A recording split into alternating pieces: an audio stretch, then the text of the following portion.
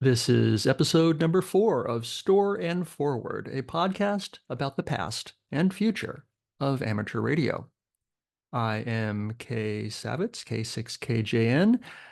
I am the curator of the Digital Library of Amateur Radio and Communications at the Internet Archive, and I am here with my buddy. Steve Stroh, N8GNJ, and I am the editor of the Zero Retries newsletter, which focuses on the future of amateur radio. How come you get to be the future and I'm stuck in the past? We, we each have our roles, and I lean heavily on DLARC. I don't say this often enough, but I lean heavily on DLARC as a source of inspiration. I wrote a blog post for the Internet Archive that apparently was well received, at least by the boss, and about how there have been times when amateur radio has tried to tackle various projects and other things that the technology or the audience just was not quite up to. And we now have better technology, and we have an influx of new amateur radio operators that are a whole new generation, and they are eager for challenges, and we just have to get those challenges that we tried and didn't quite pull off in front of them. And I'll talk a little bit more about that in my what's become a new thrust of Zero Retries. So Awesome. Well, I rely on Zero Retries to learn. One of the ways I learn about what's happening currently, because I'm always looking for new things to add to DLARC. So, like, you're one of the news sources that I use. So nice. I just the other couple days ago got back from my little field trip to Lima, Ohio, to Fair Radio Sales. Have you've been there, right? You've seen the I did. So my history with Fair Radio goes way back. I remember literally sitting in high school study hall, poring over the most recent Fair Radio Sales catalog, and they were so kitschy. It was cool that every product label in the catalog was done with Dymo tape, and then the whole page was photographed. But each one of the descriptions was, a Dymo embossed label, and the range of things were just amazing.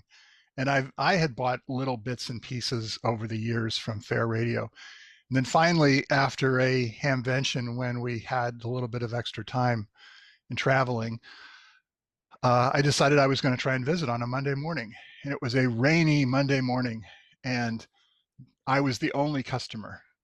And so they had no problem with me just wandering what they called the stacks. And these were, well, as you saw, these are, 20-foot high racks. They seem to stretch into infinity. It really reminded me of the Indiana Jones warehouse scene. Mm-hmm. And Mm-hmm. what was amazing was that there was one part of the roof that was leaking onto this rack, and nobody cared because there was so much other stuff, and they weren't going to put the time and money into repairing that particular portion of the roof. So tell your tale about Fair Radio Sales. Sure. So, I just looked up that email in September of 2023. So almost a year ago, I had read that Fair Radio was going to be closing down. The proprietor, Philip, has been running the place for 40 years or something like that. And he's ready to retire. And so I emailed him on that day and I explained what DLARC is. I said that we are massive library of radio and communications, and I thought that he probably had a lot of radio manuals and catalogs, and would he be willing to donate them to us? And we had productive conversation, and he basically said he might be willing to do that. But first, he didn't want to sell off as much as he could, so he was going to go to Dayton Hamvention, and he was going to have an auction and this and that. I'm like, oh, fine, okay, well, we'll do what we can do. And as it got closer to his date of shutting down, uh, Philip made the generous decision to let us get in there and take what we wanted prior to his big auction, which I think actually starts tomorrow as we record this, on August 16th. And he said we could take whatever we want. So uh, that's what we did. And me and two assistants showed up at their warehouse and started digging through all the manuals. Now, as you know, and I'll show some pictures in a few minutes, Fair Radio has just enormous number of amount of gear of radios and equipment and uh, all sorts of hardware. And that's not what I need for DLARC. I was only looking for the magazines and the manuals and the catalogs and things like that. Um, so I flew out to Fort Wayne, Indiana, and I got there late on a Friday night, and my intention was to um, rent a U-Haul truck that night. And there, U-Haul has a nice little app, and I did a reservation. I said I'm going to arrive at 10 o'clock at night, and I'm going to want my U-Haul, even though I know no one's going to be there. It's fine. So I get there, and my flight lands, and I take an Uber to the U-Haul place and use the app, and it was just like, your equipment is not ready. Your equipment is not requisitioned for you. So that was an inauspicious start to the whole project. So I went to find a hotel, went to bed, got up the next morning, got there at opening time, and they were just like, no, we don't have it for you. We don't have the van. I'm like, I reserved this van months ago. And they were just like, no. So found another U-Haul place across town. It was only 3 miles away. Took another Uber to get over there. They were much nicer and had the equipment for me. And then so I finally had a U-Haul, 9-foot van, and I drove that bad boy to Lima, Ohio, to Fair Radio Sales. Took about an hour and 20 minutes. And met Philip, and my helpers were already there, and they were building cardboard boxes, and we started to box up everything. And we were there for 10 hours on the first day and about 9 hours on the second day. You remember last time we talked about the Bob Cooper collection, and I was in that warehouse in Denver, and I was excited because I had acquired 18 boxes of videotapes and 21 boxes of magazines and books and things. Mm-hmm. This time I came away with 200 boxes of material. It took 2 van loads.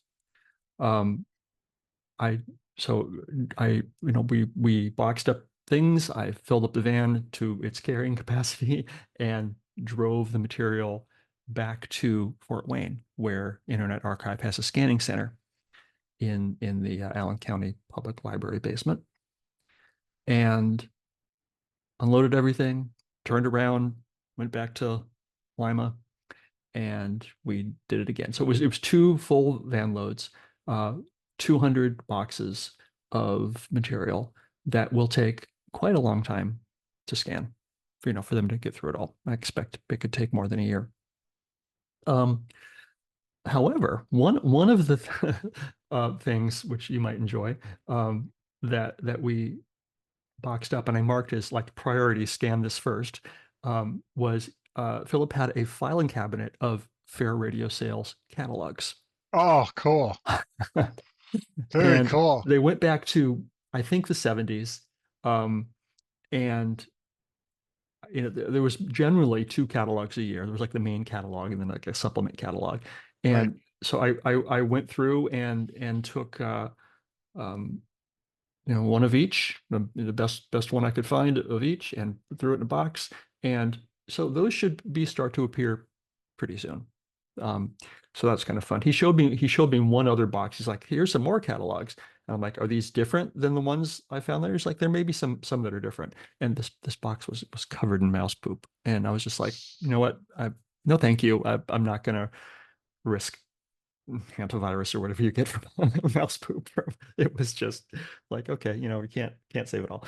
Um, there was, besides the catalogs, there was commercial radio gear uh, manuals. There was military and government radio gear stuff. There was avionics stuff. There was catalogs for electronic equipment. Some of these catalogs are 4 or 5 inches thick. We took it all, we boxed it up, and it'll all get done. So uh, it was a good time. Want to see some pictures? Yeah. This will be this will be If, real fun for the people listening on audio. But in the meantime, it probably would help the audience because fair radio sales was a creature of the government overproduction in the World War II and subsequent eras. And fair radio sales actually was one of those fabled places that acquired government, honest to goodness government surplus. It was just so that was the majority of their inventory whoa. was things that they had bought in at auction, you know, from government declaring it, no longer needed. So yeah, that's fair radio sales in all its glory. So I just threw together some pictures, kind of took pictures. Here's the outside of the building, and I'll try to make this interesting for the audio people. The sign outside, beautiful Yeah, property. the thing is funny is that this fair radio has not changed much over the decades. Same inventory, same prices, same business model. I think the most modern thing about fair radio sales is the fact that astonishingly they have a website. Um, the place was founded by Philip's parents. So he was second generation running this thing. Oh, I guess the auction starts today. If we get this posted quickly, then you might be able to. I mean, Oh, a listener might be able to get out there to see the auction. So here's just some pictures. We've got filing cabinets filled with paper material. I think this is before I started picking through it. There's another filing cabinet just loaded with stuff. And you can see in this particular file cabinet, there were multiple copies of each manual. They're in stacks, and generally they were, there might be 10 or 50 copies of the same thing. So I didn't take everything you see in this picture, try to take, a nice copy of each one. mhm. Generally not the one on top because it was the dirtiest and the most shelf worn. Yeah. Um, for the listeners, Kay texted me one particular book and asked me to look it up since he was, staying busy. And sure enough, that particular book was not anywhere on the internet as a scanned item. Some people were selling some hard copies of it, but so these are going to be unique things that are going to be added to Internet Archive and DLARC that, you know, people in future generations are going to be looking up, and because of what you did, Kay, they're going to be able to find it. These were the avionics books that I had actually asked you about. We had some discussion about that. Right. Um, and here's some of the just one of the many rows and rows of radio gear stuff going back to, you know, Well, this is a view of the clean stuff. This yes. is this is the storefront, the people where people are intended to browse. The stacks are an entire warehouse as I said, 20 feet high, just rows and rows of boxes and Yeah, boxes. I think I have some pictures of that coming up. This was the a picture of the first load of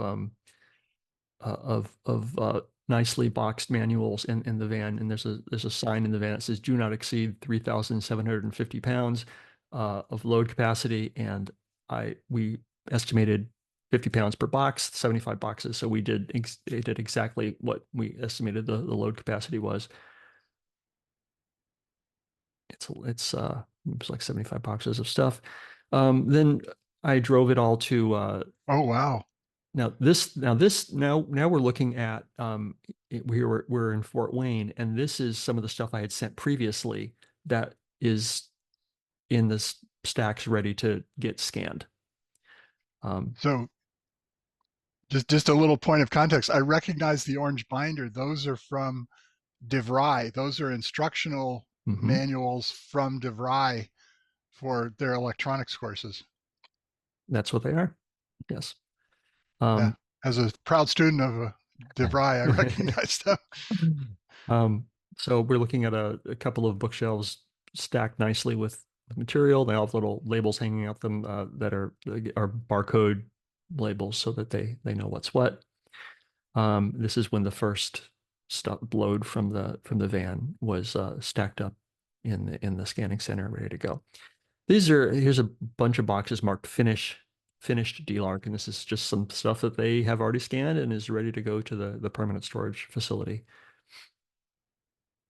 All right, then we're back at Fair Radio Sales in Lima, Ohio, and now we're in the stacks. Um, in the back room where it was super dusty and super moldy, and you've got 20-foot high stacks of Yep. gear. Yep.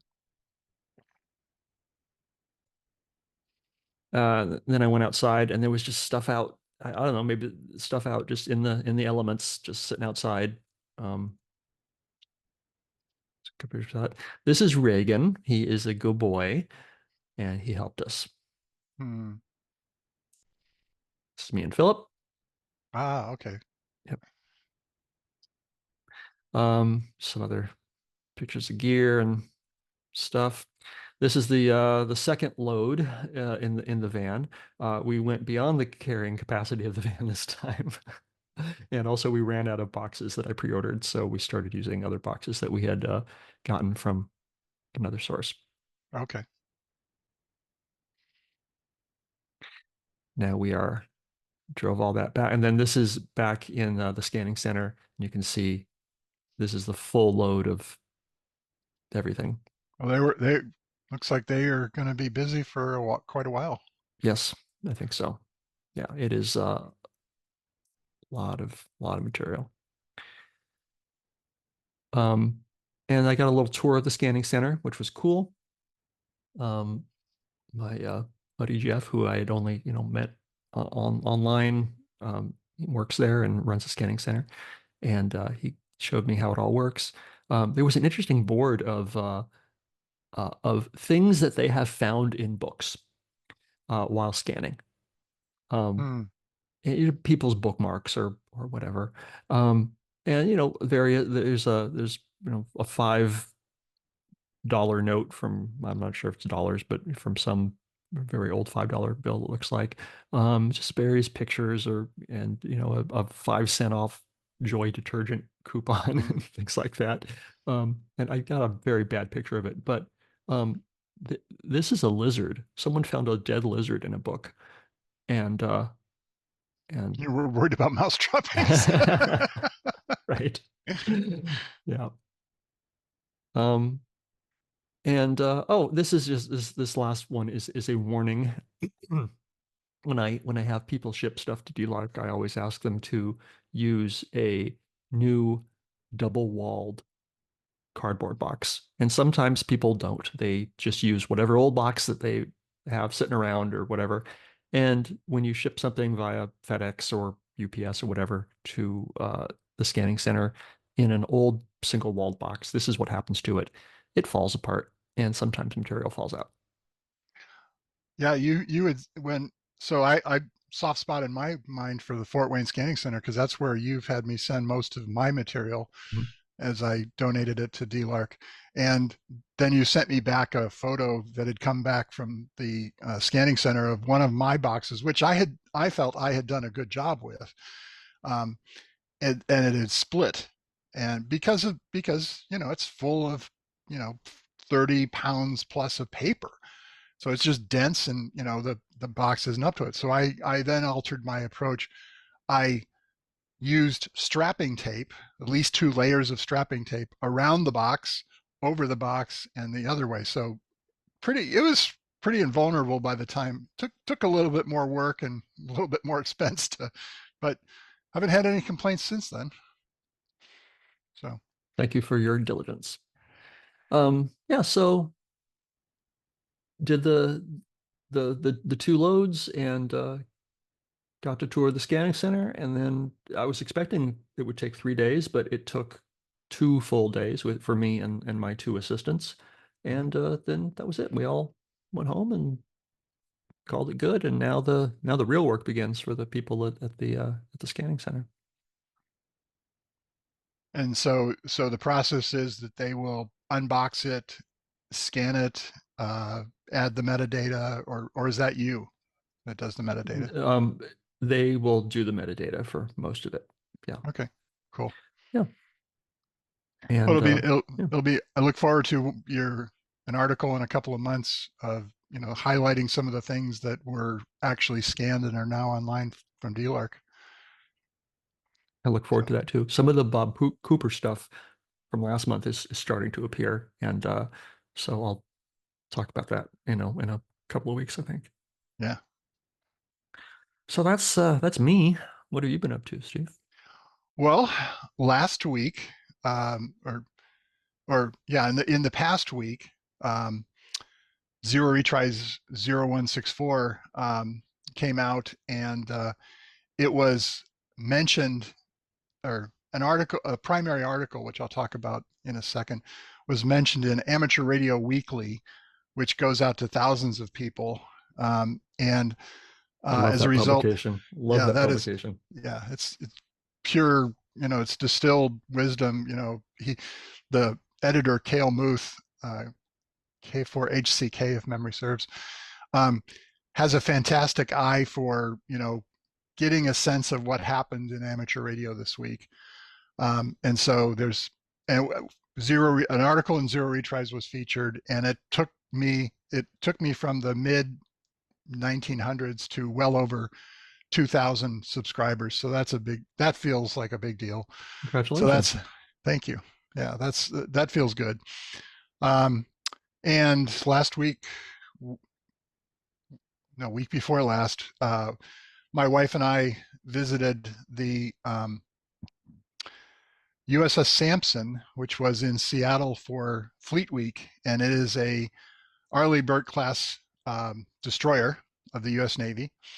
And you get a really profound respect for the Navy and its capabilities when you actually physically get to walk up and touch something like that. And as I said, she is all about deadly purpose when that is required. And the crew was incredibly nice and polite, and just exuded competence. I mean, like, they knew their jobs, they knew their ship, they knew their capabilities. Do not mess with the U.S. Navy destroyer. You will end up on the losing end. Hmm. Um, so that was fun.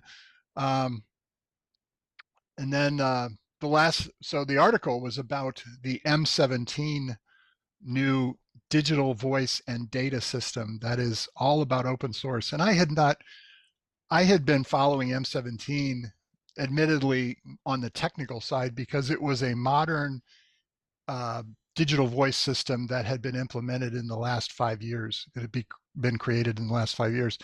And that was the reason I was interested in it, because they had done a fantastic job of speccing it out, including the data portion. So you can interoperate data and voice in M17 interchangeably.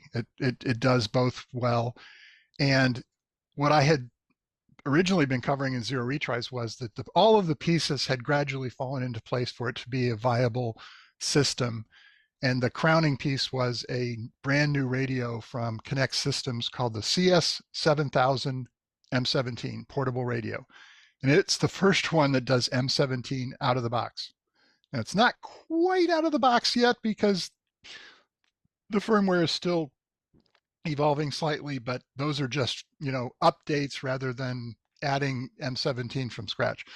So that was kind of the crowning glory, and that's what's putting M17 on the map. Because there's a radio for it now. You can play M17, buy it and use it. But what I came to appreciate, and it was entirely because of the audience of Zero Retries that brought, that finally got this through in my head, was that it wasn't that M17 was better technology. It was that it was open source. It's 100%. M17 is 100% open source. Nobody asserts a right to the name, or they haven't trademarked it, they haven't copyrighted it. The individual software is copyrighted. I don't know if the spec is, but anyway, it's all open. And that the audience of Zero Retries, explained this to me, very patiently. Says, we're not in it because it's better technology, although it is. We're in it because it's open source, and we can understand it. We can dive into it. We can tinker with it. We can expand it. We can transmogrify it. And that is and that message is just being not landing with the majority of amateur radio. They just don't understand. Another digital voice system. On top of the three primary ones that we already use, but the three primary ones that we already use are encumbered in various ways. They're obscure. Supposedly there's a spec, but it's buried. There's copyrights on proprietary, trademark, yeah, and the proprietary codec, especially yeah. the digital voice codec. So M17 is getting a lot of attention, and it's coming, but that attention, which is the cool part, is that it's coming from folks that are coming into amateur radio, from the hacker community, from the maker community, from the techie community, and especially the younger folks. There's an article that I'll feature in Zero Retries this week that talks about how a buddy of mine, Dan Romanchuk, KB6NU, went to DEF CON to do a presentation about amateur radio, couched in the language of that crowd, which is, you can hack on radio using amateur radio if you get your license, and you can do cool things with your license.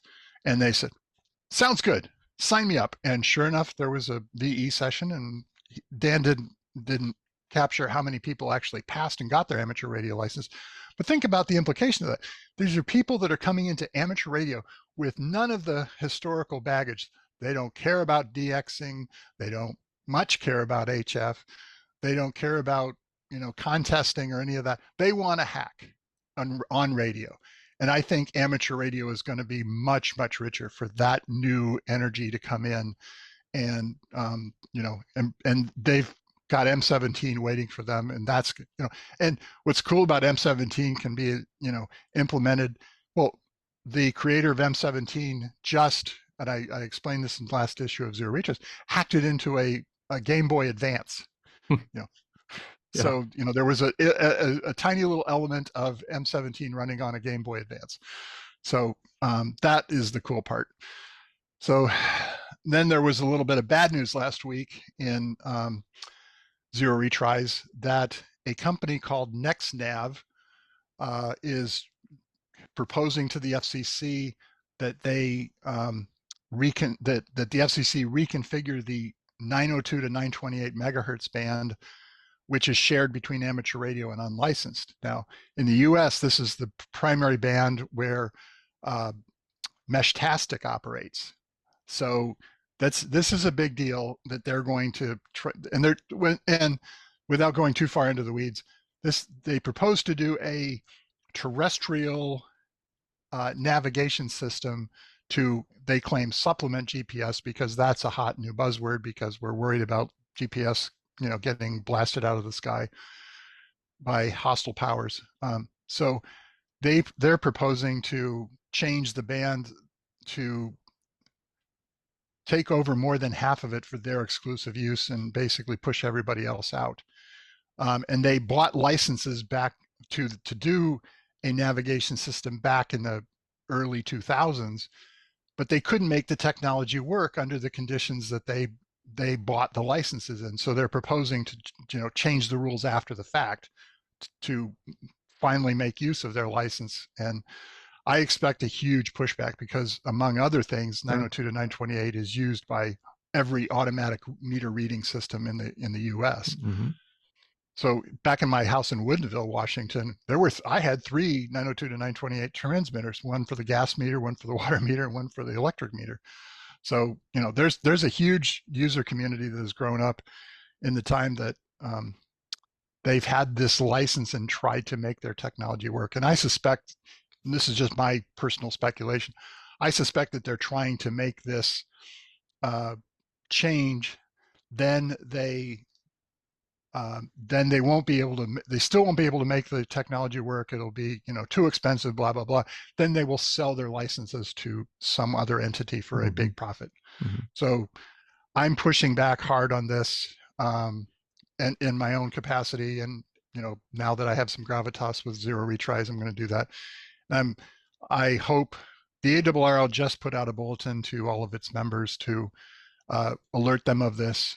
Unfortunately, what happens a lot of times is the amateur community responds with, emotional, it's like, oh, those bastards, But they don't do the thing of writing. Right. Is there a website or some sort of really easy, like, amateur radio take action tool that says, like, just like that explains the problem succinctly. Here is what to write. Here's how to write. Here's where you send it to, and here's the deadline. The ARRL claims to have put a link in that. The story I read, I just saw this notification first thing this morning, so I didn't get a chance to look at it before the podcast, but I believe that will be the case, and we can put that in the ARRL has a site that says, here's the format, and the FCC allows commenting electronically. So you just go to the website, fill out your information. The main thing to relate is that you have standing as an amateur radio operator, that you have skin in this game and you have a right to be heard. But I hope the really strong comments come from organizations like ARDC, and Meshtastic is already, I believe, either has submitted or will soon submit their comments about how it affects their community. And as far as I'm concerned, Meshtastic is just as important a user of 902 to 928 as amateur radio, because they're getting people excited about experimenting with radio technology. So, and we'll put that Meshtastic bulletin in the show notes also. So that's it. So, and reply comments are due, I think, in early August. I should have put that note in my show notes here. But the timeline is really short. It's about 30 days from the date that they published this notice. And then there's going to be a second round, what are called reply comments, where you get to comment on the comments. Basically say, for the first round of comments, says NextNet is, completely, erroneous in their assertions. And then people will comment, and then you can reply to all those comments. So it's a total 60 or so day period of, activity. Then the FCC gets to withdraw into its inner sanctum and, carefully consider things.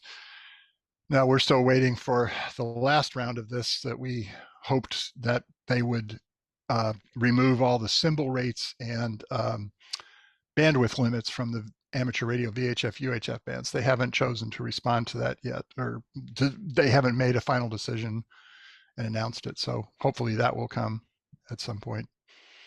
So that's the big news. And, I didn't need another big project for the summer, but you don't get to choose these things. So I won't, and to be clear, I think 902 to 928 is very important to amateur radio, and especially the future of amateur radio, because we are going to have this new tech. Well, have had this new technology for 902 to 928. It's the equivalent of Wi-Fi. It's a standardized set of protocols and equipment called, let's see, the IEEE standard is 802.11 AH, lowercase a, lowercase h. And the Wi-Fi consortium, their version of that, which they certify interoperability, is called Wi-Fi Halo, capital H A, capital LOW. And that means that we're going to have equipment coming out soon that is going to be very capable. It's designed for consumer use, and amateur radio will be able to adapt it. One of the things that amateur radio can do in 902 to 928 is run higher power than, the Part 15 users. Mhm. So we'll be able to, in places where we have microwave networks and that have to have a clear line of sight, you can run a parallel network that will be slow, perhaps slower, but it can penetrate through trees. And you can now, these are going to be inexpensive enough that you can form up neighborhood area networks, just like what Mesh-Tastic is doing. So this matters to amateur radio. And the sad precedent is that amateur radio lost the 220 to 222 megahertz band, decades ago. And it turned out that originally it was supposed to be for UPS's national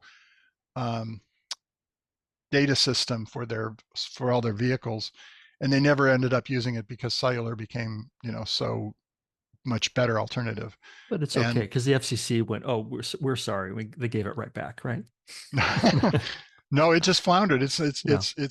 It's barely in use these days. The only use I know of is for the inland waterway communication system, which is the Mississippi River and a few other places, which could easily be handled by cellular now.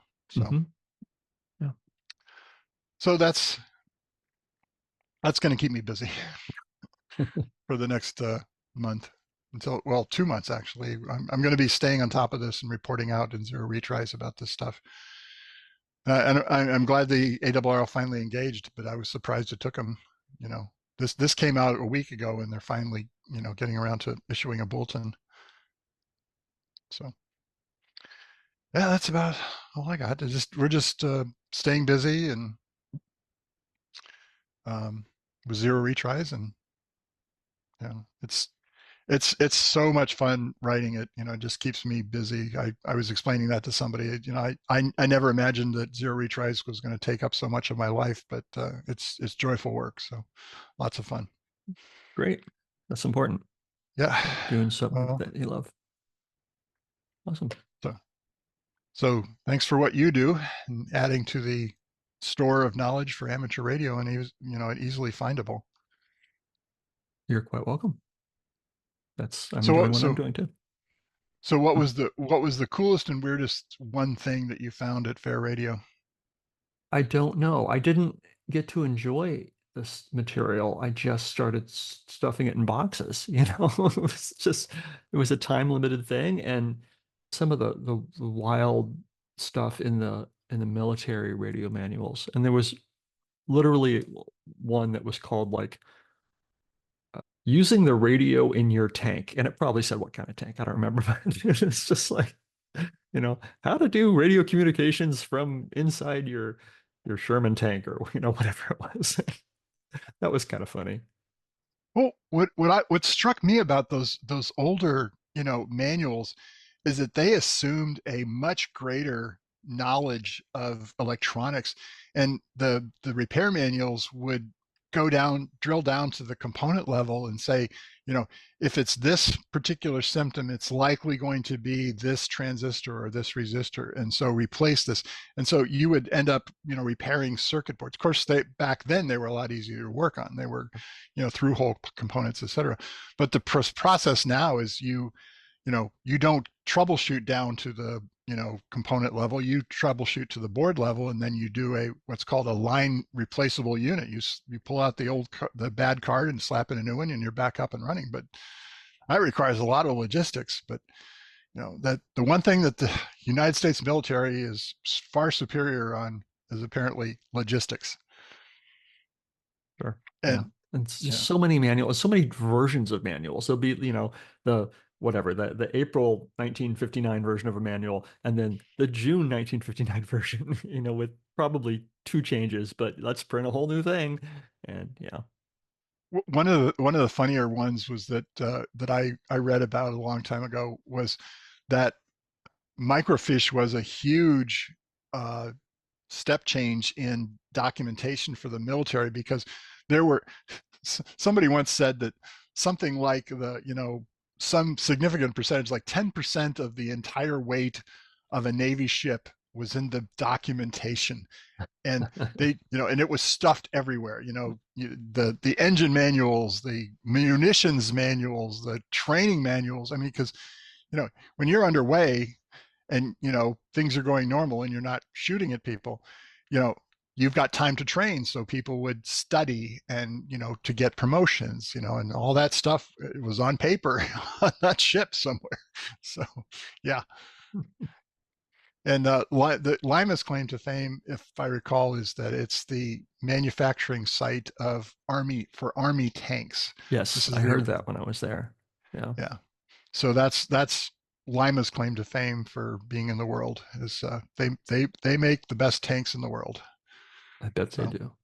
yep. So Nice. All right. well, good to talk to you again, and Good to welcome talk to back, you. and Thank you.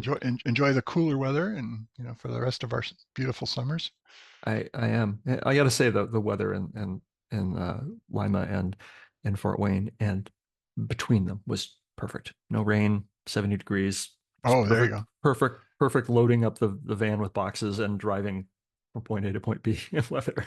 Like Well, so. what amazes me was that the stacks that you were shot, I didn't realize that those were stacks of the same material. So the fact that I can't imagine the stuff you left behind, how much stuff you left behind that you didn't need duplicates, of. So Hopefully it's going to a loving home right now in an auction. I don't know. I, yeah, it's going to be fascinating to hear what the proceeds, what the aftermath of that auction is going to Yeah. be. Yeah. There's Is that so stuff actually going to find a I home? don't know. Yeah, it's so much return. And how are they going to auction it? I mean, it would have to be this room, Yeah.